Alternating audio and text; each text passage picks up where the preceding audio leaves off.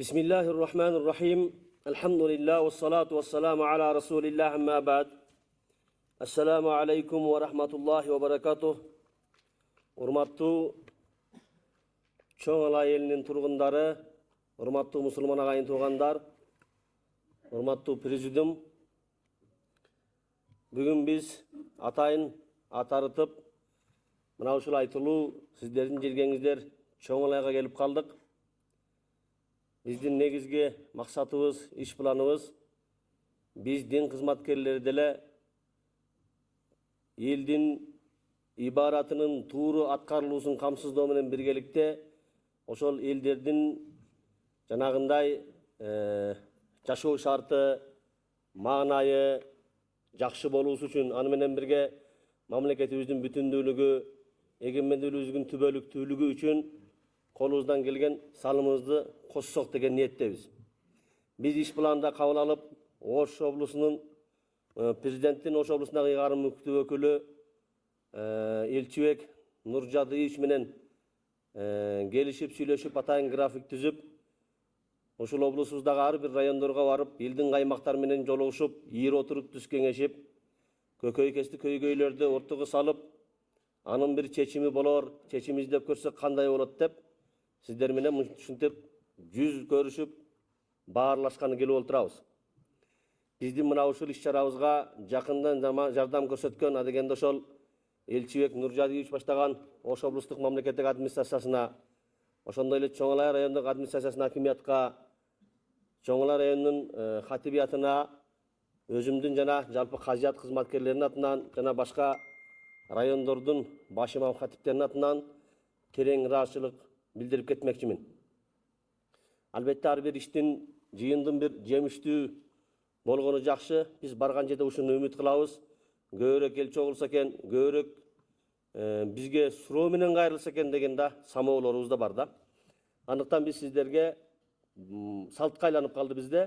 Ошол ар бир жерге бара турган болсок, облусубуздагы бүт райондордун баш имам хатиптерин, чындап ошол районду дин жаатында башкарып аткан биздин атайын өкүлдөрүбүздү да сиздердин алдыңыздарга эриште келгенбиз. Мен бүгүн өзүм кошо эриште келген коноктор менен бир сиздерди тааныштырып кетейин деп чечтим.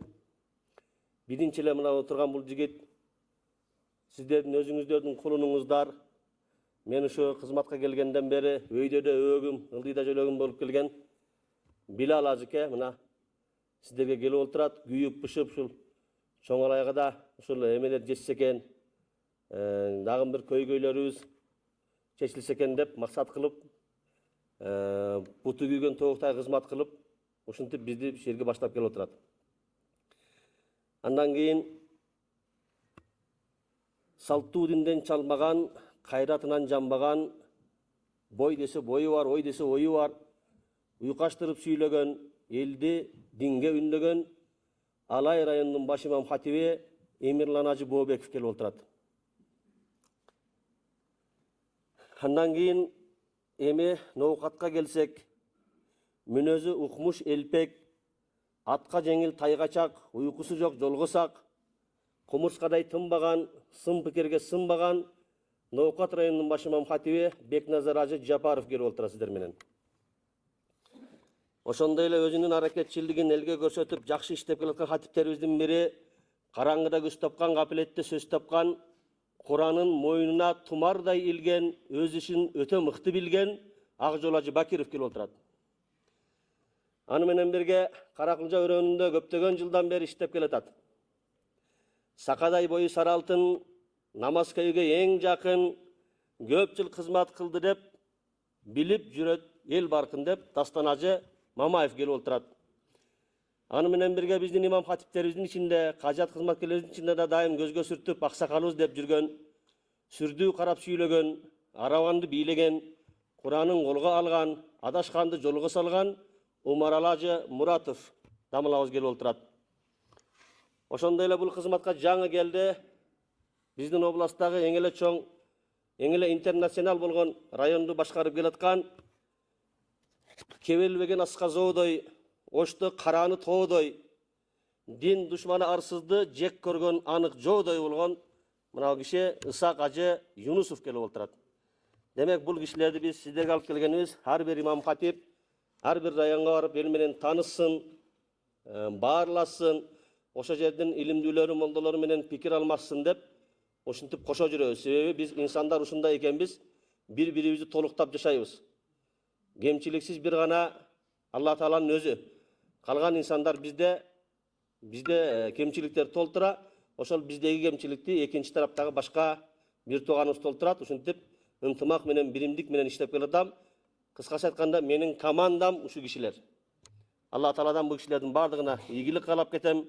Колума кол, бутума бут болуп, ушу келгенден бери жакшы кызмат кылып келатабыз. Негизги жанагы Манаста Чубактын айткан сөзү бар экен. Жоону сайсак биз сайда каты калды Манаска деп. Ансыңарындай негизги жумушту ушулар аткарып атат, аты бизге эле калып атат. Ушулар кайратынан жанбасын, ылайым Кудайым күч кубат берсин деп. Ушулардын эле катарында сиздердин мына имам хатибиңиздер Алымбек Дамыла деле аябай катуу эмгектенип келатат. Ошол 6 ай, акыркы 6 айдын аралыгында эле бир топ өзгөрүүлөргө кадам басты десек жаңылышпайбыз.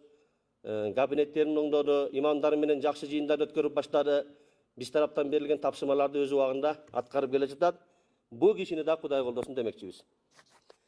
Урматтуу чоң элайлык туугандар, биз сиздерге негизинен сүйлөй турган темабыз жогоруда айткандай көкөйгестик өйгөйгө айланган ар бир адам менен жекеше отуруп сүйлөсөң каңырыгы түтөп, аттын башындай арман кылып айткан дегеле бүтпөгүдөй ай оңбой калдыкко, кыргыз оңолгуча кыямат болотко деп баары үшкүрүнүп сүйлөйт.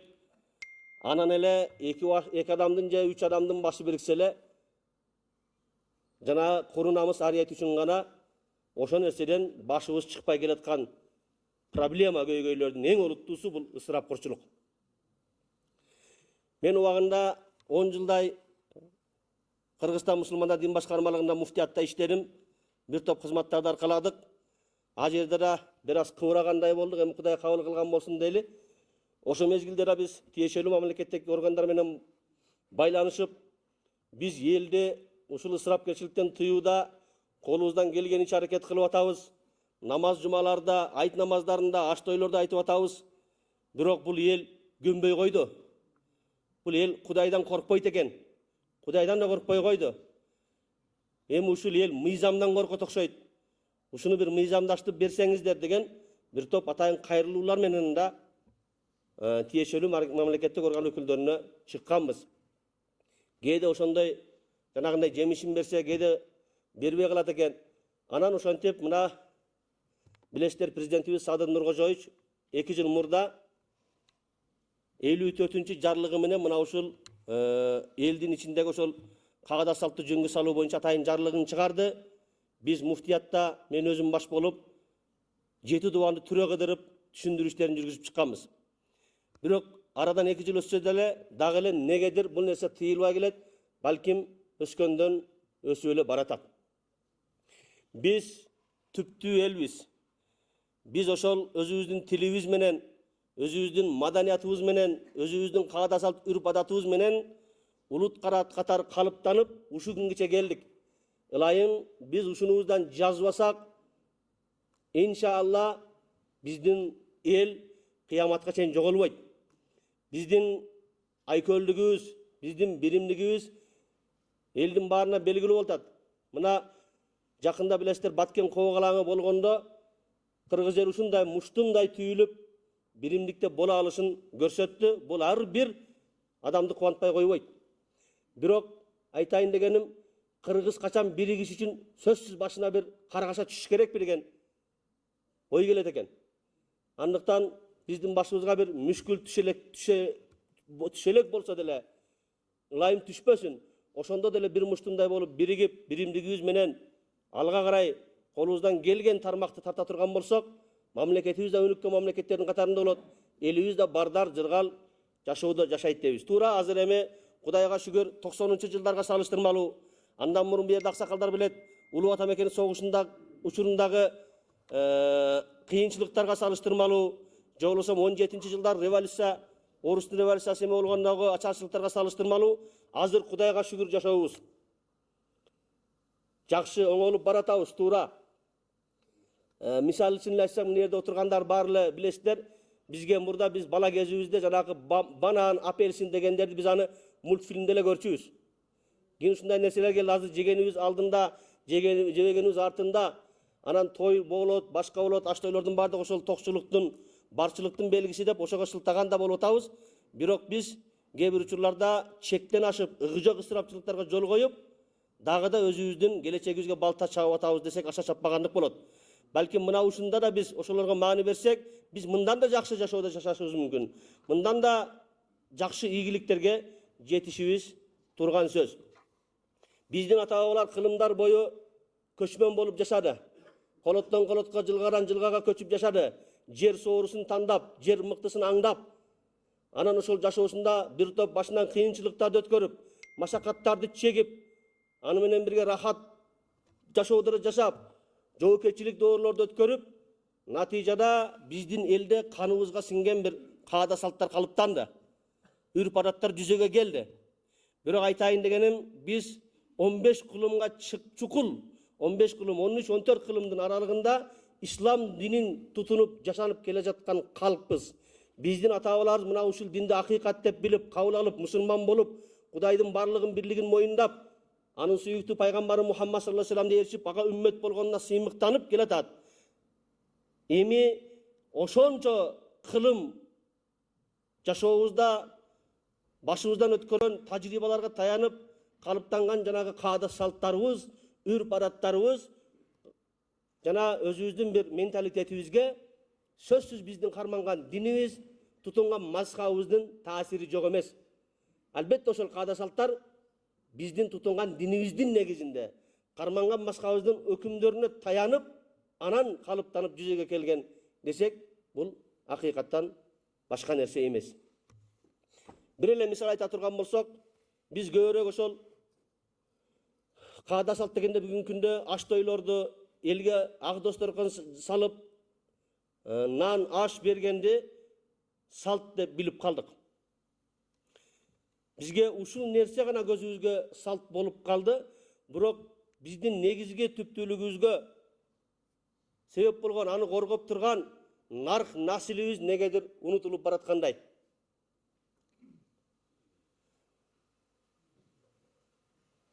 Мисалы, биз сөөк узатсак да өзүбүзгө жараша адатыбыз бар. Той кылсак, келин алсак, кыз чыгарсак, же кичинекей шүрпөлөрүбүзгө сүннөт той кылсак деле өзүбүзгө ылайык адаттарыбыз бар. Мына ушул нерселер гана каада болуп көрүнүп калды бизге. Анан мына ушул нерселер көрүп атасыздар, өскөндөн өсүп, өңгөндөн өнүп отуруп, өзгөрүүнүн, алмашуунун, же болбосо башка элди тууроонун туу чокусуна жетип ашып кетти. Анан биз молдокелер аларга элге кайрылып, ушуну токтотпойлубу, ушуну бир жөнгө салбайлыбы десек, эми ата-бабаларыбыз кылганда деген бир шылтоону айтабыз, а бирок чын-чынына келип караганда ата-бабаларыбыз мунун бирин да кылган эмес да. Биз ата-бабаларыбызга шылтап, ошол ата-бабаларыбызды толук туурап ээрчи албай аткандыгыбыз аз келгенсип, келечек муундуна баткакка батырып баратабыз.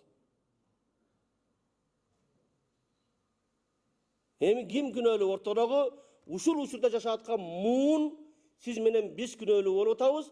Өзүбүздөн мурунку ата-бабаларыбызды толук ээрчи албагандыгыбыз үчүн бир күнөөгө алсак, экинчиден келечек муунга бир ыплас мурасты калтырып кетатканыбызга дагы бир күнөөкөр болуп атабыз. Ыплас деген үчүн капа болбоңуздар. Бул айткан сөзүмдүн да бир акыйкаты бар десек болот. Мисалы, мына тойлордогу жоруктарды көрүп атасыздар соцсеттерден. Ушундай бир маймыл болуп баратабыз. Тойлордо мурун тойлорубуз үйлөрдө эле өткөн, апалар каттамасын боорсогун бышырып, кыз келиндерибиз ошол чайын демдеп, ал кеткенден кийин ошол идиш аякты жууп, сооп алып, батасын алып жүргөн. Бүгүн эч бир кыз келинибиз идиш аякты эле жуубай калды. Көп учурларда тойлорубуз, ресторан, тойхоналарда эле өлүп калды. Анан ал жерди башкарган, бийлеген бир эл адам бар, ал тамада. Eldi türdүү жорукка салып, маймыл кылып, бит кылып ойнотуп атат. Биз ошонон рахат алып калдык, ошонубуз менен элге мактанып калдык. Мурун биздин акылсыздыгыбызды, жинделигибизди бир эле үйдүн өзү билсе, азыр биздин акылдыгыбыз менен жинделигибиз бүт аламга ашкере болуп атат ошонун айынан. Мына ушуну ыпластык десе болот. Биздин ислам шариятыбыз той берүүдө анык бир ийне жүйүнө чейин бир көрсөтмөлөрдү берип, антип кыл, мынтип кыл дебесе да, негизги олуттуу көрсөтмөлөрдү берген. Мен муну ар жерге барганда айтып атамын. Негизинен адам баласы элге ашынан берип бата алайын дегенде биринчи ихласын түздөсүн. Ниетин түздөсүн. Ошол берип аткан нерсесин Кудай үчүн кылып аткандыгын дагы да бекемдеп, эң негизи ушуга көңүл бурсун. Анан берип аткан эксанына арам аралаштырбасын. Арамдан бербесин, элдин алкымын бузбасын. Андан кийингиси ошол өткөрүп аткан мааракесинде махрам намахрем деген маселеге көңүл буруп койсун. Бизде махрам намахрам деген маселени четке эле сүрүп салдык дагы бардыгы эле ошол жаштарыбыз тимене чапташып жатып калды, көрүп атасыздар. Апаларыбыз атадан жашырып, ошол оюнга кыздарыбызды жиберип калдык. Аталарыбыз сону көрүп көрмөксөнгө алып калдык. Буну кайсы ата бабабыз кылды десек болот. Бул бир моралдык ысырапкорчулук бул. Биз мында канчалаган убакытты коротуп атабыз. Канчалаган бизге каныбызда кыргыз деген дүргүп турган бир баатырлык эмебизди ушудан жоготуп алып атабыз. Биздин аксакалдардан сүр качып атат. Биздин жаштардан бир мээр качып атат десек адашпасак керек. Өскөндөн өсүп баратат. Мурда ошол тойлордун саны саналуу эле болгон. Ошол нике тою, анан сүннөт тою болсо, бүгүн тойдун саны көбөйдү. Юбилей кылгандар бар, 60 жылдык, 70 жылдык деп тойдон айырмасы калбады. Мурда бешик той дегенде бир апаларыбыз экөөсү эле барып берип, көп болсо бир табак палоо жеп батасын берип келе берет эле. Азыр тойдон айырмасы калбады. Демек, барган сайын бул нерселер не болуп атат? Ашып баратат. Биз эмне үчүн мынау немецтерге окшоп, япондорго окшоп Патсалидор заводдон чыккан жаңы масло машина мине албайбыз. Немистер, япондор 10 жыл, 15 жыл минип мусорга таштаган машиналарын биз свежий перегон деп алып келип, сыймыкталып, ошону айдап атабыз, ошону тээп жүрөбүз. Жаңы машина минген адам жок кесе бизде. Эмне үчүн ошол европалыктарга окшоп биз дүйнө кыдыра албайбыз? Эмне үчүн аларга окшоп бир особняктарда жашай албайбыз? Эмне үчүн аларга окшоп биз ошондой шарттарды үйдө түзүп ала албайбыз? Мына ушул ысырапкорчулуктардан чыга албай аткандыгыбыз үчүн. Биз деген Кудайдын сүйгөн кулубуз, Кудайга эң жакын болгон сүйгөн мусулман пенделерибиз, биз аларга караганда жакшыраак жашашыбыз керек. Аларга караганда биздин шартыбыз жакшы болуш керек, мыкты болуш керек, бирок тескериси болуп атат. Билесиздер, ар бир төгөрөктүн төрт бурчунан, өлкөбүздүн кайеринен болбосун, чет элге миграция менен жумушка кеткендер толтура. Биринчи орунда Россия турат, Москванын өзүндө эле 1 миллион бар. Анан башка район, башка областтарын эсептесең, балким 1,5 миллион, 2 миллионго жетип калат. Андан ары Корея, Америка, жана башкаларды эсептесең, кудум эле калкыбыздын жарымы тентип жүргөндөй да. Алар эмне кылып жүрөт билесиздерби? Алар тарбиялашы керек болгон кичинекей наристелерин чоң ата чоң энесине же тай ата тай энесине же тагасына же абасына таштап кеткен бала байкуш тирүү жетим бардык нерсеси мындай бир жүзөгө чыга бербейт, кээде тарбиясы начар болот, анан уурулукка колунат.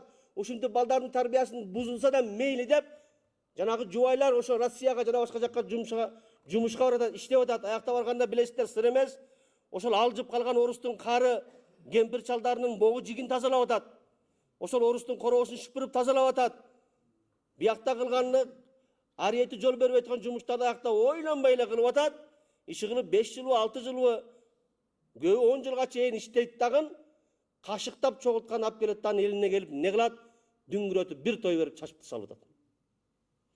Анан кайра кетип атат. Nege barasın dese emin kayra işleşim gerek. Nege dese kezekteki toyda ötkөрүү үчүн деп атат. Кезекте дагы той күтүп турат аны. Биздин жашообуздун мазмуну ушул эле болуп калды. Оңолоюн, турмуш шартымды оңдоюн, менин балдарым илимдүү болсун, билимдүү болсун, бүгүн илим техниканын заманы, тиякта окутайын, биякта окутайын деген дегеле ой болбой калды. Башкалар болсо аяга учуп баратат, суунун түбүнө сүзүп баратат. Башка ел ошентип баратат, биз бирок мына ушул нерсебиз менен алга жыла албай турабыз. Туура мен муну менен айтмакчымын. Таптакыр эле тойлорду жоюп салыш керек деген эмес. Биз ошонубуз менен кыргызбыз. Устухан тартуу маданиятыбыз бар, аксакалдарды сыйлап. Аларды төргө олтургузабыз, жана башка өзүбүзгө тийиштүү баалуу адаттарыбыз бар. Ошолорду сактап калайлык. Бирок жанагы берген ашынан бере турган эксан тойлорубузда чама чаркыбызга карашыбыз керек. Көрпөңө карап аяк узат деген сөз бекеринен айтылган эмес. Bizde kazga tengелip, örдөктүн же тоогуктун буту сыныптыр дейт. Биз байларга теңелип кедейлер өлүп атабыз. Кедей байга жетем дейт, бай кудайга жетем деп, биздин ушундай эле көрүнүшүбүз болуп калды туугандар. Эми маркумду акыркы сапарга узатууну айтпай эле коеюн. Мен бу жерде айтайын десем, молдокелер айтты, чоң алайда жакшы эле бир тартипке түшүп калды. Жакшы оңолуп баратат дейт. Бирок ошентсе эле бир айтып кетейин туугандар. Ушул нерсебиз дагы тойдон айырмасы калбады. Өлгөндүн үстүнө көмгөн деген сөз да ушундан чыккан. Бул аза деген нерсе азадай, той деген нерсе тойдой болуш керек. Биз экөөнү айырмалай албай калдык. Мисалы үчүн жанагы тойлорубуздун себепчилери болот, ээлери болот. Келин алсак ошол тойдун себепчиси, ээси биздин уулубуз болот. Ал эми кыз чыгара турган болсок ошол тойдун себепчиси, ээси кыз балабыз болот. Жанагы тойлордо куттуктаганда ушул кечинен күнөөкөрлөрү деп айтабыз го. Ошо күнөөкөрлөрү деген ээлери, себепчилери деген маани берет. Ар бир маареке ошол маарекенин ээсинин ыраазы боло турган деңгээлде, ошого пайдалуу боло турган таризде өткөрүлүш керек, туурабы? Келин алсак уулубуздун каалаганындай кылабыз. Каалаган адамга куда түшөбүз, каалагандай заксын кылабыз, каалагандай вечерин кылабыз. Каалаганча канча десе ошончо яшик ара калып беребиз керек болсо. Ушул балам капа болсо болду дейбиз. Кыз чыгаргандар ошондой. Куда тараптан алган калың жетпейт, дагы ошончо калың кошобуз. Анан ошого сеп кылабыз, шыпыргысы, калакчасы калабы, күкүрт, тузуна чейин билбейм. Бардык нерсесин кошуп беребиз. Ушул үйдөн кызым капа болбой чыкса экен. Капа болбой узаса экен дейбиз. Себеби маарекенин эси ошол. Ал эми анын сыңарындай маркумду акыркы сапарга узатуудагы маарекенин эси ошо жансыз жаткан сөөк туугандар. Биз ошого пайда боло турган нерсени көздөшүбүз керек. Канткенде ошо ыраазы болот. Канткенде ошол Кудайдын алдына ак жүз менен барат. Биз мына ушул жагына маани беришибиз керек. Тескерисинче биз жансыз калган сөөктү керебетке жаткырып коюп эле, биякта тирүүнүн камы менен алек болуп калдык жаназаларда. Ай ушу келген адамдар капа болуп келбесе экен, алайлыктар антпесе экен, өзгөндүктөр мынтпесе экен, оштон келип, биягы Баткенден келди деп, ошолордун көңүлүн ала беребиз. Бул маркумду акыркы сапарга кантип узатыш керек, эмне кылыш керек, кандай жоруктары бар, кызыгып да койбойбуз да. Азадай болбой калды. Анан айтып кетейин, ошол адам кайтыш болгон жерден келгендерге даам ооз тийиш үчүн дасторкон салып тамак тартуунун шариятта тыюу салынгандыгына эки себеп бар туугандар. Бул китепте айтылган, молдокелер билет. Бирөөсү мурас себеби, бирөөсү аза себеби. Аза себебинен шарият айке уруксат бербейт элге келген аш беришке. Себеби кимдир бирөө жакынынан айрылып мөгдүрөп отурат, кайгырып отурат. Эгерде шарият буйрубаса деле биз акылыбыз менен аңдап жетишибиз керек болчу. Жанагы жакынынан айрылып кайгырып отурган адамдын барып мүлкүнөн сууруп ошонун малын союп жебей, тескерисинче ага тамак бышырып кирип берип, мына аны жеп бир өзгөк жалгап ал, өлгөндүн атынан өлмөй жок, белиңди бекем бу, сабыр кыл, пенделик деп көңүл айтып кайранын көңүлүн ашыбыз керек. Biz teskerisince şıldığında banın barıp malın suurup jep atabız. Bul aza tuura 3 günde arılat. Şariatta körsötkөн aza 3 gün ele. Bирок чыныгы аза ээлери ким? Ушуну ажырата билишибиз керек. Маркумга эң жакын деп, анын жакындары 3 тайпа болот. Бирөөсү маркумдун ата энеси, кээ бир учурда адам жаш кезинде кыйрап кайтыш болуп атат. 40-ка жетпей кыйрап калгандар болуп атат. Алардын ата энесинин көзү тирүү. Андан кийин ошол маркумдун үй бүлөсү, бала чакасы болот. Андан кийин үчүнчүсү анын бир туугандары. Bir tuğan ağa inisi, bir tuğan ece karındaşları. Demek adamga en yakın uşul 3 tayfa olur. Uşul 3 tayfa adamdın mülkünen gelgen adamlarga aştartu şariatta makruh dep aytıladi.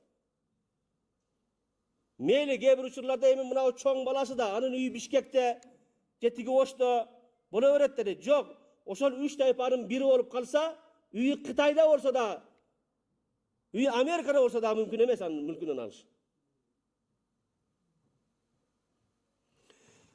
İkincisi muras sebebi dedik. Şariatta muras meselesin hadis emez bizge Kur'an öğretken. Kimge kança tüyüsün. Eğer çındap kayıp bolgan adamdan kalgan mülktü şariat kösötkendeki tarizde muras eğlerine bölüp beriş bolsa kayırılsanızda biz bölüp beremiz. Bira uşu gün geçen hiç kim kayırılgan yok bizge. Kayırılbayt dele. Anı menen kızıgıp da koyubayt. Oşonu menen biröğünün aksından biröğü kirgen bolup otat. Bolgonu bizde uşunday adat var.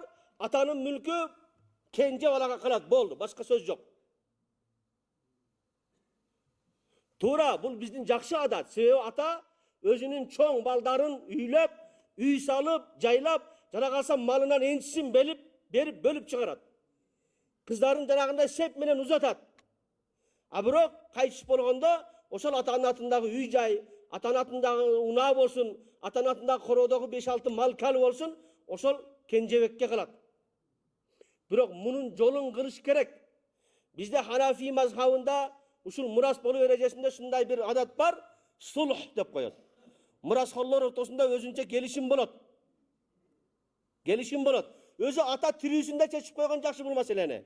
Tirüsü közü tirüsünde çeşken janagı marazul maut ölüm töşegüne jatıp kala elekte ata baldarım kızlarım çoğultup baldarım kızlarım mına özüңөр erejege jettiңер özüңөр tütün bulatın mına üy bile kurdуңар silerde balalı aldыңар nevrelүү деле olup kaldыңар men oşo kolumdan gelgençe üyüңөр salıp berdim ençi kılıp malыңарды berdim kızlarım silerde uzattım şunday kıldım emi silerge aytıp koyun menin atımdagı az-maz mülküm mına şu gence iniңерге kalat boldu. Men ölsem uşu üstümdeki kiyimimdi gana böyle olasыңар dep ata gözünün tirüsünde uşuntip baldarın meselesini, muras meselesini çeşip koyuş gerek bizde. Oşonda dünyada da ahirette de bir tuğanдар ortasında şır bolboyt. Eğer bu neseni kılbasa bizge bul dünyada tınçlıktayla bolup atkanyň menen çınıgı çır çatak ahirette başlalat. Ahirette tozak gözüne görünüp durat, beyiş gözüne görünüp durat, sırat köpürü gözüne görünüp durat. Adam atasında aksı bolsa da kılayın deyt, enesinde aksı bolsa da kılayın deyt. Balasını tozakka türtüp berүүгө tayar, özü aman kalış için.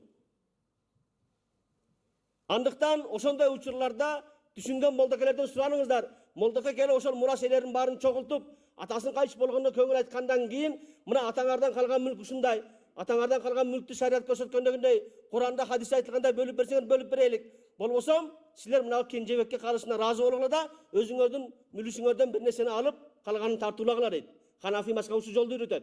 Anan çoğun oğlu gelip atamın kalpağın men tabarrukta olayın. Kalgan özümdün akımı geçtim kenceme kalıversin deyt. Andan keyin gagası dağın bir nesesini alat. Ejesi bir nesesini alat, karndaşı bir nesesini alat oturup, oşantıp sul kılıp bütürgönden keyin gana al mülkten eksan çağarı korsat.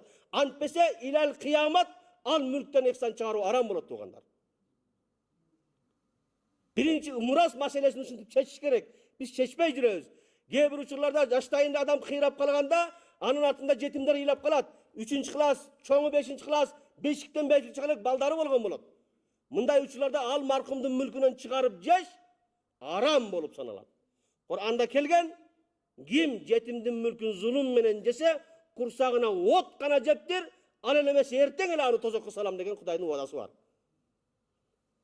Aytış bolgan markumdun baldarının içinde balagatka jetelek jetimler bolsa, jogolsam kayıtış bolgan markumdun балдардын ичинде балакатка жеткен болсо деле кайып болсо, кээ бир учурда кайып болот, айерде болбойт. Бирөө Россияда болот, бирөө армияда болот, же болбосо тээ таласка сыккөлгө кыз берген болот. Алар жетип келгенге чейин дагы эле алардын ыраазылыгын албай туруп ал мүлктөн дагы эксан чыгарыш арам болуп саналат туугандар. Биз арам менен адалдын айырмасына барбай калдык. Мусулман менен капырдын жашоосунун айырмасы эмне десе, капыр пайда менен зыянды ажыратышайт. Келаткан пайда арамдан келетабы, адалдан келетабы, ага айырмасы жок капыр. Пайда болсо болду. Ал эми мусулмандын жашоосу адал менен арамды ажыратып жашаш керек. Келаткан пайда ага арамданбы, аны тосуш керек, албаш керек. Биз ушунун айырмасына барбай калдык, алкымыбызды булгап атабыз. Натыйжабызда дуаларыбыз мүмкүн кабыл, ошодон кабыл болбой аткандыр. Канча тилектерибиз ишке ашпай атат. Неге? Алкым таза болбогондон кийин Аллахын адамдын ибадаты да, дуасы да кабыл болсо күмөн болуп калат. Фир'аун болгон билесиздер. Фир'аун дегенде биз Муса алейхиссаламдын доорундагы эл башкарган падышаны билебиз. Бирок Кур'анда да көбүрөөк ушуну хикаясы келгендиктен, башка китепте да ушу Фир'аун айтылгандыктан ошо киши гана белгилүү болуп калган, бирок ага чейин деле Фир'аундар болгон. Мына ушул Муса алейхиссаламдын тушундагы Фир'аун такка келгенде, бийликке келгенде, анын ою бар экен, көбүрөөк такта турсам, менин бийлигимдин убакыты мөөнөтү узунураак болсо деп кам кылган дейт. Себеби ага чейинки Фир'аундар такта турганда, эгер акыйкатсыздык кылып элге зулум кыла турган болсо, эл бир дуа кылып аны тактан ыргытуучу экен. Ушунун жолун издегенде мунун Хаман деген куу вазири болгон. Ал жол үйрөткөн. Эгер сен такта көбүрөөк калууну кааласаң, анда эң биринчи сен элдин алкымын буз деген. Анан Фир'аун падышанын өкүмү важип, бүтүн жарандарына буйрат, ар бир үйдүн ээси бирден ийнени алып келсин сарайга деди. Бардык жаран бирден ийнени сарайга көтөрүп келгенден кийин кайра жиберет, анан чогулган ийнелерди аралаштырып салат, кайра чакырып ар ким өзийнесин алсын деп буйрук берди. Ким ийнесин тааныйт, колго кирген ийнени алып кете берди, барып бирөөнүн ийнесин уруксатсыз иштеткендиги үчүн анын алкымы бузулду, Фир'аун зулум кылды, эл бата кылды, алкымы бузулгандыктан кабыл болбой, Фир'аун тактынан кулабай туруп калды мына. Шарияттын мыйзамы бар. Бул табияттын мыйзамы. Коом кандай болсо, Алла Таала ошол коомго, ошол өзүнө жараша, өзүндөй болгон башчы берет дейт. 33 жылдан бери биз какшайбыз, ай ушу мамлекетибиз алдыга чыкпады, ай ушу мамлекетибиз өнүкпөдү, ошол жерде тургандар элдин акысын жеп атат деп эле какшап атабыз, бирок өзүбүз эмне кылып атканыбыз менен эч кимдин ишибиз болбой калды. Ар кимибиз өзүбүздү периште гана сезип калдык. Биз кандай болсок, биз бирөөнүн акысын коркпой жесак, биз арам менен адалды аралаштырбай эле уруп аткан болсок, анда бизден айырмасы жок адам бизге башчы болот туугандар. Ошондуктан бузулуу жогортон болгону менен оңолуу ылдыйдан башталат, бизден башталат. Сиз оңолсоңуз, мен оңолсом, биз оңолсок, анан коом оңолот. Муну бекеринен Исак Разаков айткан эмес. Демек, биз мындай менен, жанагы нерселер менен өзүбүз билип билбеген абалда арамга баратабыз. Ханафи мазхабында билесиздер, денеге же кийимге дирхам өлчөмүнөн ашыгыраак нажасат тийип калса, арам нерсе тийсе, намазга өтпөй калат билесиздер. А бирок ошол маселени билип туруп деле, жанагындай кээ бир учурларда жаназага катышканда жаш адамдар кыйраганда, ошол жерге барып жетимдердин акысын коркпой жеп алып, бир табак палоону, бир мүчөл этти ишибизге киргизип алып, анан кайсы бет менен Аллаху акбар деп жаназага туруп атабыз. Бүт нажасатты ичибизге үйүп алып деп. Бербей эмес, бериш керек. Туура, кайтыш болгон адам сууга чөгүп бараткан адамга окшош. Ал жардамга муктаж. Биз артында калгандар, перзенттер болору, жакындар болору, анын атынан эхсан кылып, жакшылык кылып, соон багыштоого аракет кылабыз. Бирок анын жолу бар туугандар. Эгер ошол кайтыш болгон күнү союлган жылкыны, же буканы, же койду тирүүлөй, же болсо союп туруп бетин чийки бойдон жетимдерге же жесирлерге бер десең, бербейт ошол. Ага ариет керек, намыс керек. Демек Кудай үчүн болбойт ал нерсе. Болгону ошол болуп аткан азаларыбыздын тойдон айырмасы калбай аткандыгында. Туура, биз кыргызбыз, Куда сөбөк деген бар, алыстан жууктан келет. 3 күндүк кече, 3 кече күндүздүк жолдон алыстан келет. Алардын жөнү бар, агарда шарият уруксат берген. Лиман жаа баидан лиман тула мaqamu дейт. Алыстан келгендер, же ошол жерде көбүрөөк тургандарга аларга тамак пиширип берсе болот. Бирок маселе катар-катар жылкыны союп, алар калып эле ошол жергиликтүү элдин өзү жеп алганыбызда болуп атат. Мен өзүм мына ушул күнөөкөр көзүм менен көп болгонмун. Жаназага келип, тиешелүү устуканы тийбегендиктен капа болуп, жаназаны окубай кетип калган аксакалдарды көргөмүн. А жаназага биз башка бир тууганыбыз кайтыш болсо, аерге ага магфират сураш үчүн, Кудайдан анын күнөөсүн кечүүсүн суранып, анын жаназасына чын дилден туруп, жаназасын окуш үчүн келебиз. Аерге бир алкымыбыз кызыл кекитек үчүн келбейбиз. Тура те мурунку замандарда адамдар ат менен, эшек менен, төө менен келет эле. Күндө түндөп келет, алардын жолун кылса болот эле. Азыр бизге те Баткенден деле 2 саатта келип калат бу жерге. Кудайга шүгүр, жол катар кафе. Демек бир жолун кылалы. Бербей эмес бере турган бололу, бирок шариатка да ыктайлы, таптакыр эле шариатты дебелеп, Кудайга баш көтөрүп, күнөөкөрчүлүк кылбайлы деген маселе. Демек, туугандар, биз кайтыш болгон адамдарга соогу тийишин десек, биздин бере турган садакаларыбыздын 1001 түрү бар. Биз бир эле ушул аш берүүгө гана токтолуп калыппыз, биздин сезимибиз ушудан чыкпай калыптыр. Мен бир мисал кылтып келем, мына түрк боордоштор. Те Осман империясынан бери буларга ушунчалык жакшы адат сиңиптир. Кудум бизге мына аш той бериш канчалык каныбызга сиңип кеткен, биз өзүбүздүн жашообузду мунсуз элестете албай калдык го. Куду ошондой түрк боордошторго ушундай адат сиңген экен, алар садакай жария беришке аракет кылышат экен. Садакай жария деген берилген садаканын улам соогу тынбай кайталанып тура бере турган садаканы айтат.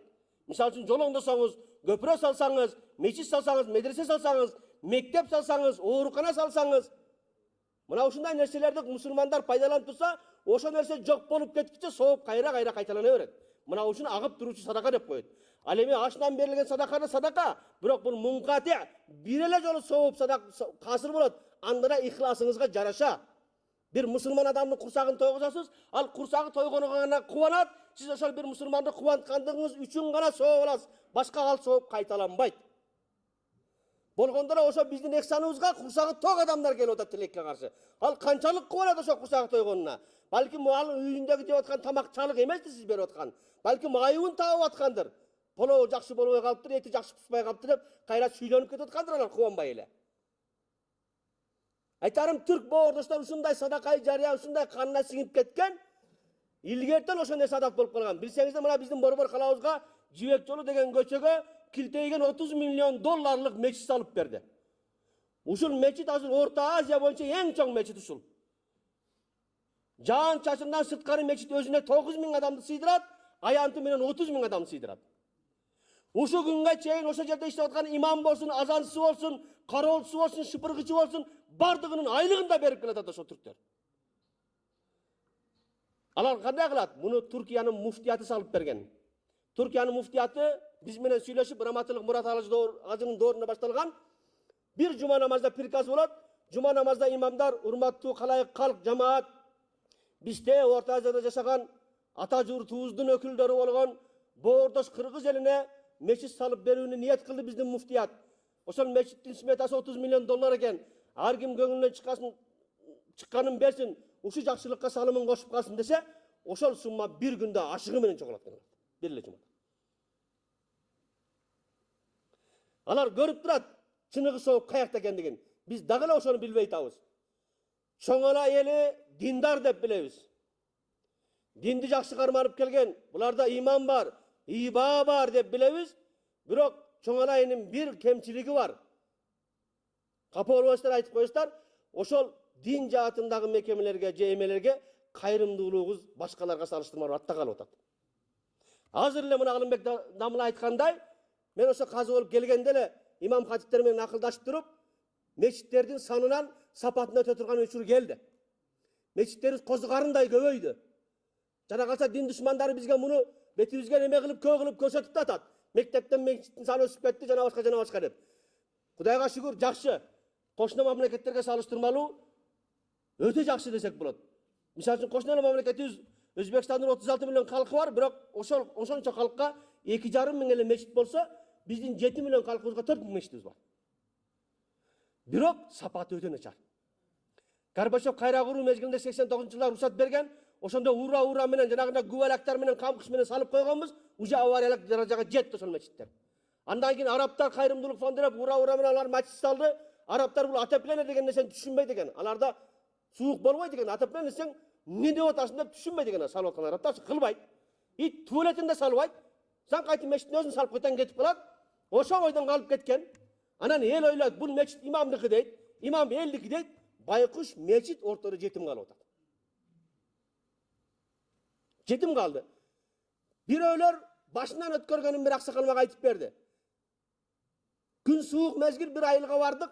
Бешим намазы, асыр намазы окулайлы деп bir мешитке токтодук. Кирсек шарт жок. Даратканасында кумгандар ар жерде томолоп жатат. Сууну кранын ачсак тоңуп калган суу чыкпайт. Арыктан агып аткан муздак суудан алып, эптеп дарат алып мешитке кирсек, сажда кылсак буп өтүп жана килемден 1 метр неме bir эле чаң жатат дейт. Anan, bul kaysa ayıl, palanca ayıl. Kimdin ayılı? Palancanın ayılı. Canana 10 gün murun, 15 2 cuma murun, cana düngüret ulak bergen bayvaçanın ayılı va. Ova? Attin. Oşonca kavat avtomobil sayıp, 9'da mal sayıp, ulak kılgandan göre, uşu meçittire karap, kişi karap, uşunun soğuk atana eme tiysin degenge baş işte verir son dedi. Biz mına atang toşaktan izlep kaldık. El süylösün dep kaldık. Бирок мечиттердин абалы ошондой, мечиттин абалы кор болсо ошол элди каргайт туугандар. Эртең кыяматта ошол мечиттер биз менен биздин зыяныбызга күбө өтөт. Мен ошол конкурсту жарыялап буйрук чыгарганыбыз август айында болгон, ар бирине кураторлорду дайындап, иштерди жүрүп аткандыгын көзөмөлдөгөнө дейбиз. Мен сиздерге ачуу болсун айтамын, капа болбоңуздар, эң артта чоңолой баратат. Чоңолой эң артта баратат. Кыймылдаш жок. Je imamlarda toğutuş yok. Je imamlardı el ukbayt. Maksatımız imamdardın el menen tığız işleşüsünün kamsızlığı bolsa, ikinciden Kudaydın üyünün dengelin barkın götürüp koyu. Hadisi kudside kelet. Abu Hurayra radıyallahu anh rivayet kılan hadis, Peygamberimiz sallallahu aleyhi ve sellem aytat, İnna Allahe yekul, yevmel kıyame, Allah Teala kıyamet günü aytat, Yabne Adem, İnni maristu felem tu'udni dedi. Ey adam balası, men ağırıp kaldım ele meni görgönü gelmedin ga dedi. Dediyse bayıp pendeytat, Ya Rabbi, ente keyfe maristu. Sen kanti oğrusun. Ve ente Rabbul alemin. Sen bütün alamın Rabbisi olsan sen kanti oğrusun dedi. Allah Teala aytti, balançı ağırıp kaldı ele barmadın ga görgönü dedi. Oşonu görgönü barganda o şeyden beni tapmaksın dedi.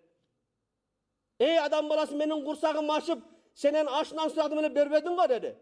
Ey Rabbi sen bütkül alamdı Rabbi olsan kantip kursağın açmak dediler. Balançanın kursağı açıp kaldı ele. Oşa senen tamak suradı ele bermedin ga. Oşanı bergende o yerden beni tapmaksın razılığımdır dedi. Anın sınarında yerden kıyamatka varsak o çoğula eli. Menin meçitim kor bolup jatat ele. İmam caldıra beli usan ber desem nege bermedin dese biz kantip cevap bereriz. El üçün düngületi ulak berip atabız. Arganda işlerdi kılıp atabız. Janagınday restoranlarda bir aram işlerge de barıp atabız. Bирок meçit üçün 1000 so'm berip koyuğa uşunçalık jürөгүбүz kıynalып atat.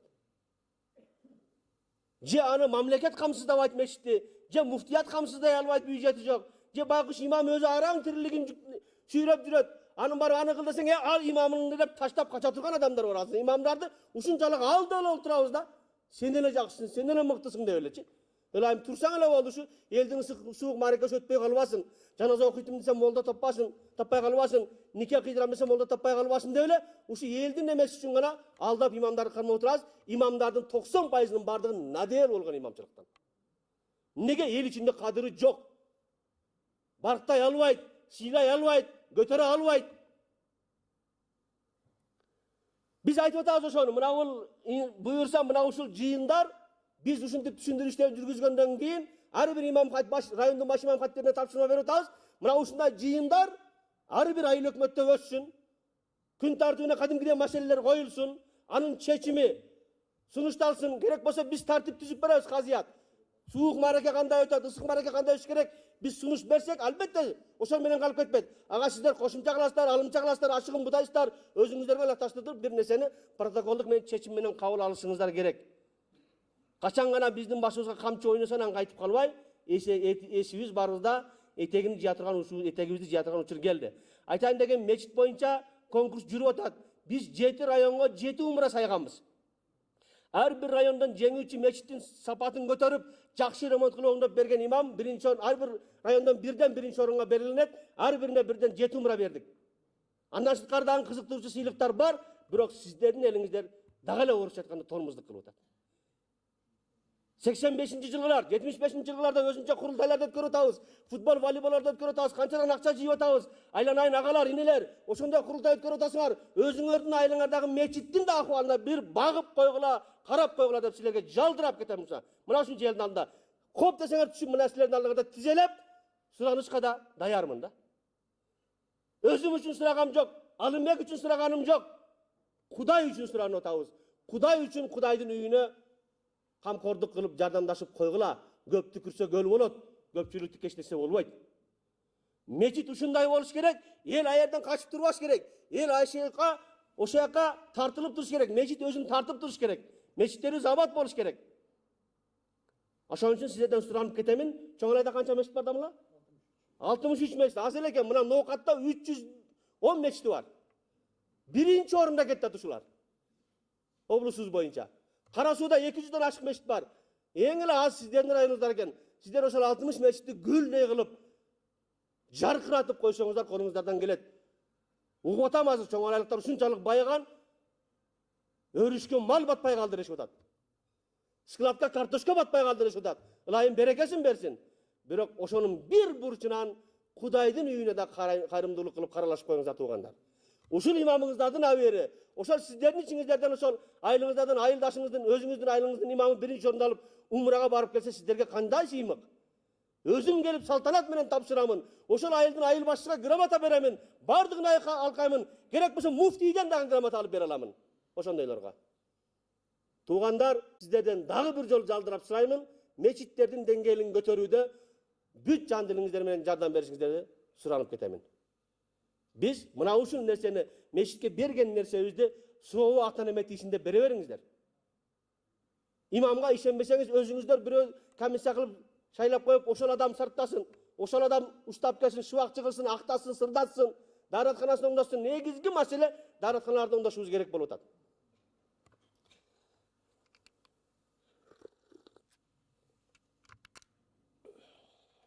Демек жанагы садакай жария дегенге да кирет ушул.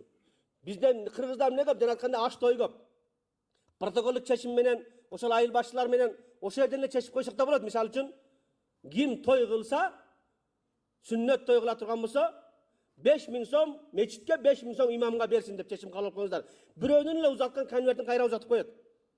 Байкуш имамдын дагы бала чакасы бар, анын да малы бар, анын да тиричилиги бар. Кээ бир учурларда сүйлөнөбүз. Бирөө өлсө мен жерде 3 күн туруш керек эле. Түнкү саат 3-те чакырсаң никеге келип койсо, келиш керек, анын милдети ал должен, вынужден деп айтабыз. Ошону айтышты билебиз дагы, бирок ага эмне кылганыбызга менен ишибиз жок. Берели имамдарга. Илгери молдону эл баккан. Молдонун малы болсо, молдонун малын бекер багып берген.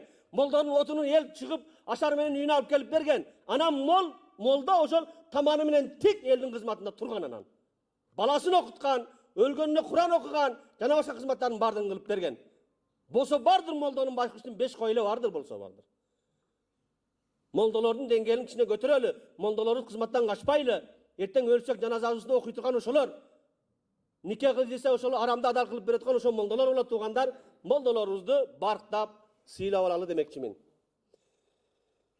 Демек, бул да биз үчүн бир көйгөй. Мечиттерибиздин санынан сапатка өтө турган мезгил келди. Ошол мына Өзбекстанга түшсөңүз, өзбек туугандарда 2,5 миң эле мечит бар, 36 миллион калкына деп биз өзүбүз алар үйдө көргөнү менен мечиттерге кирип там бергенден Аллаху акбар деп бересиң жана туалетинде, тааратканасында жүрүн кой. Тааратканасына кирип чыккың келбейт. А биздики таараткана кой, мечитке киргиң келбейт биздикинде. Жалтыратып коелу ошолорду. Эл бар ошол жерге умтулуп турсун. Жылуулугун карайлы. Үйүндөгү жылуулукка алымсынбай барып адамдар мечитте отуруп алсын жылуулукта. Ушундай кылалы туугандар. Сиздерден суранып кетебиз. Чоңалай элмай айткандай диндар деп тааныйт элдин баары, облустун баары. Имандуу, ибалуу деп тааныйт. Эми ошол башка райондун элдери, башка областтын элдери күмөн кылгандай, балким андан да жакшы сапатыбызды көрсөтөлү туугандар. Эл биздин артыбыздан жаман эскерүү менен мындай бир сөз калтырбасын демекчимин. Ауыр баткан болсо, катып айткан болсо кечирим сурайм туугандар. Себеби мен өзүмө суранып атканым жок, Жалымбекке суранып атканым жок. Кудай үчүн суранып атамын. Ушул мечиттерибизди бир катар карап берсеңиздер. Андан сырткары үй бүлө маселелери бар бу жерде. Үй бүлөгө караңыздар. Мен 2016-2017 жылдары атайын ошол мамлекеттик тийиштүү органдар менен статистиканы сураштырып алганымда, ошол жылы 16 же 17 жылы анык билемин. Биз муфтият Раушан Айратов деген дамла бар, ошол экөөбүз алектенгенбиз. Ошондо статистикасын алсак, бир жылда Кыргызстанда үйлөнгөн жубайлардын 42% ажырашат экен. 42% ажырашат экен. Бул өтө чоң трагедия, катастрофа бул. Үй бүлө дегенди, нике дегендин bir proba kılıp kurayınca degen nesegel okşatıp kaldık biz. Bolsa boldu bolsa yaşap aytken ajrashıp kete berem dep erkegi de ошол pikirde bolup atabız. Ayal da ошол pikirde bolup atat da. Jaratkan Allah Taala'nın insaniyatка bergen ne'mattары аябай эле көп. İnsan anын sanap sanagına jete alбайт. Ошол ne'mattарынын эң эле жакшысы туугандар İslam ne'mаты. İslam dinini tutunup musulman bolup жашаганыбыз эң чоң ne'mat. Alımlar aytat, andan keyin kele turgan ne'mat bul nike. Demek bunun da kadırına, barkına, bağısına jetip yaşap ötkөрүшүбүз gerek. Andıktan ошол kebir alımlar nikeni İslamga tete ne'mat dep айтышкан экен. Anın natijasında nikesiz yaşao, dinsiz yaşaoga barabar dep айтышкан экен. Nikesiz yok adam kanday gana buzuluklarga ketip kalış ıhtımaldары var. Andıktan nikege bunday bir köz жаздымында kaldırıp kete turgan bir jönökөй nerse emes, bağlуу nerse katары karашыбыз gerek. Her bir adamdın erkek bolsun, ayal bolsun başında bir nikesi bolgonu bu çoğun bakıt. Biz kelgenden beri mına rayondun baş imam hatipleri menен akıldaşıp, kündöp tündöp olturup, tiyešelүү makalalardı, tiyešelүү hutbalardı жазып, oblus boyunca bir düktün nike hutbaсын kabul aldık. Her bir imamdın koluna beremiz. Oşol imam nike kıйганы barganda, oşo jerde жазылган 10 betten turgan насаатты, akıldı, tiyešelүү zarыл maselelерди baş koşup atkan 2 jaşka, ayerде нике кыйуу majlisinde катышып аткан musulmandардын бардыгына кулагына куйгула деген тапшырманы бердик. Урматтуу эл жүз, сиздер да ушуга жардам бериңиздер. Нике тоюндагы нике кыйуу majlisi, молдонун катышуусундагы нике кыйылып аткан majlisти bir орчундуу, олуттуу деп билиңиздер. Бизде тескерисинче молдо жаман чозду да тездетпей нардан бериле. Биякта ЗАГС күтүп калды, биякта ресторан күтүп калды дейбиз, же кудалар күтүп калды дейбиз дагы. Жанагыны апыл-тапыл нарыдан бери көп болсо 10 мүнөт, болбосо 5 мүнөттө никесин кыйып кетип атат. Жанагы баш кошкон 2 жаш никесин ким кыйганын, ал молдо эмне деп айткан өмүр бою эстей албайт да, айтып бере албайт. Себеби өтө шашылыш болгон. Бул копейка иштей көрүнүп атат да элге нике кыйууну. Тескерисинче ошол нике тоюндагы нике кыйуу majlisi эң биринчи кезектеги номер 1 эмеге чыгыш керек, деңгээлге чыгыш керек. Ошон үчүн мен айттым молдолорго, мына элге буйрдум. Кайсыл имам болбосун нике кыйганы барса, чапанын кийип, башына селдесин кийип, айбат менен барсын. Отургузуп алып 2 жашка жана башкаларга никенин фазилети жөнүндө, талактын кесепети жөнүндө, үй бүлөнүн баалуулуктары боюнча тиешелүү насааттарын айтсын. Натижеде жанагы баш кошуп аткан жубайлардын өзүнүн тоюндагы кыйылган нике өмүр бою эсинен чыкпай калсын деп атабыз. Себеби туугандар, каалайсыздарбы, каалабайсыздарбы, үй бүлө деген пайдубалды биз молдолор биз коюп атабыз. Ошол пайдубал начар болсо, билесиздер үй канчалык күчтүү болсо аны урап калып атат. Андыктан биз ошон башында уктурушубуз керек. Айланайын балам, бул сага атаң аял алып берип атат, үйүңүзгө келин келатат, үйүңөргө келин келатат. Билип алгын балам, атаң сага кимдир бирөө ананайын кызым деп көзүнө сүртүп жүргөн 18 жыл, 20 жыл чаң тигизбей баккан кызын алып берип атат. Сага базардан мал алып берип аткан жок деп айтыш керек. Каалаганыңдай ургулап койгулай бере турган. Анан ылайым эле силерге каалаганыбыз бакыт, бактылуу болгула, өнүп өскүлө, элдин өт деле алды болуп кетпесиңер да, элдин ортосу болуп жүргөн үлгүлүү үй бүлөлөрдөн болгула.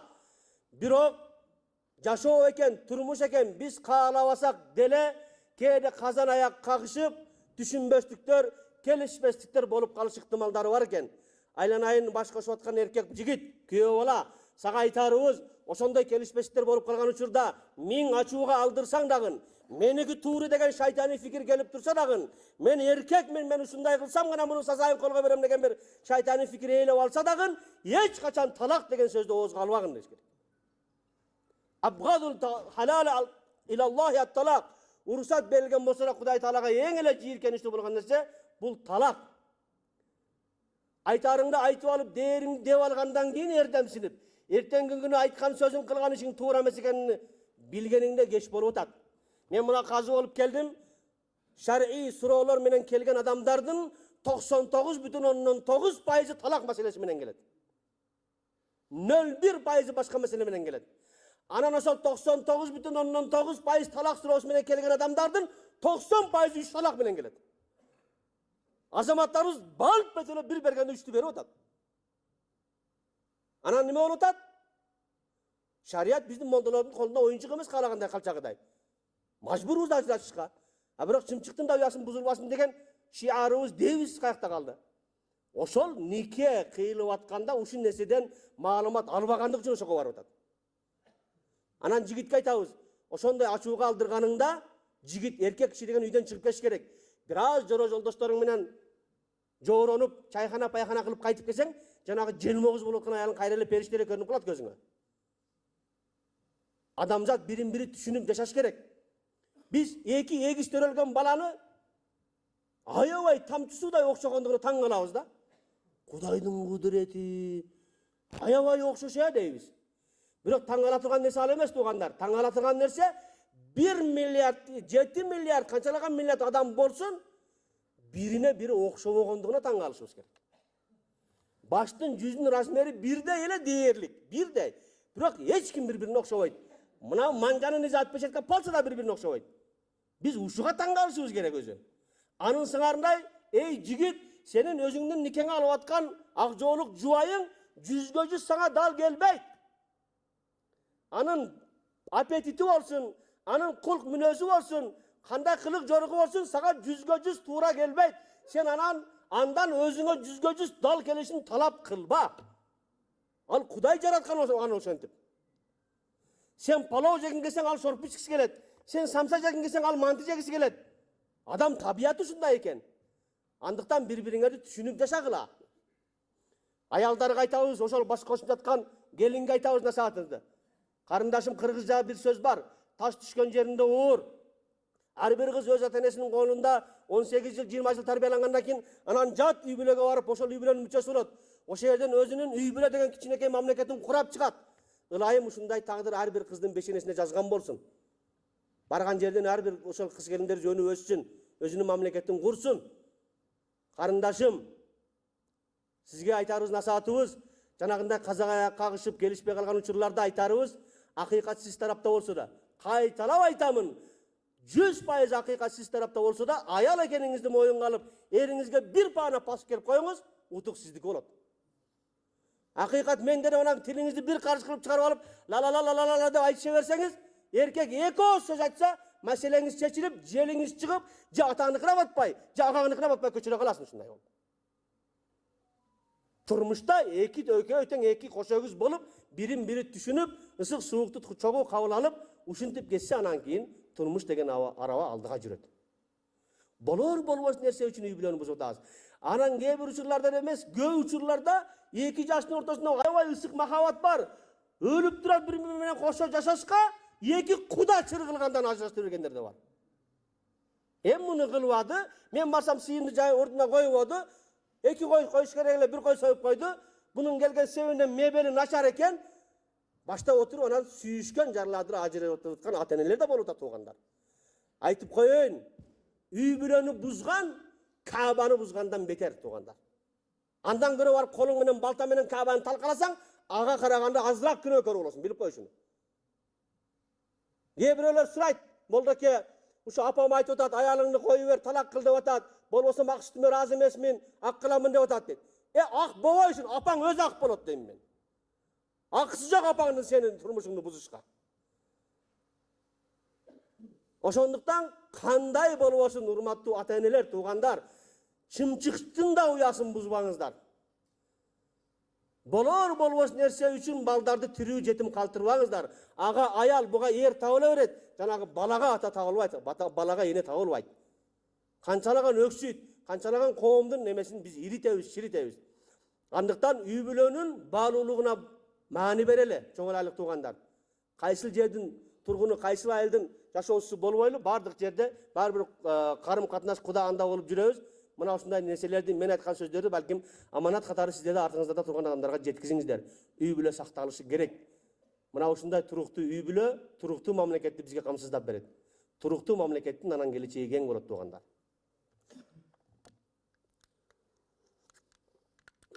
Кудай таала дилиме, тилиме саргандарды айттым. Өйдө ылдый сүйлөдүм, катуу жумшак сүйлөдүм. Башымды ийип сиздерден кечирим сураймын. Мен деле бир Кудайдын кулумун, сиздердин балдарыңыздар, неберелериңизде тең деле бир баламын. Бирок кызмат экен, акыйкат экен, күйүп бышып сүйлөдүм. Муну туура кабыл аласыздар, туура чечим чыгарасыздар деген үмүттөмүн. Алла таала бардыгыбызга туура жолду көрсөтсүн, адаштырбасын. Ассаламу алейкум ва рахматуллахи ва баракатух. Суроо жооптор болсо даярбыз, иншалла.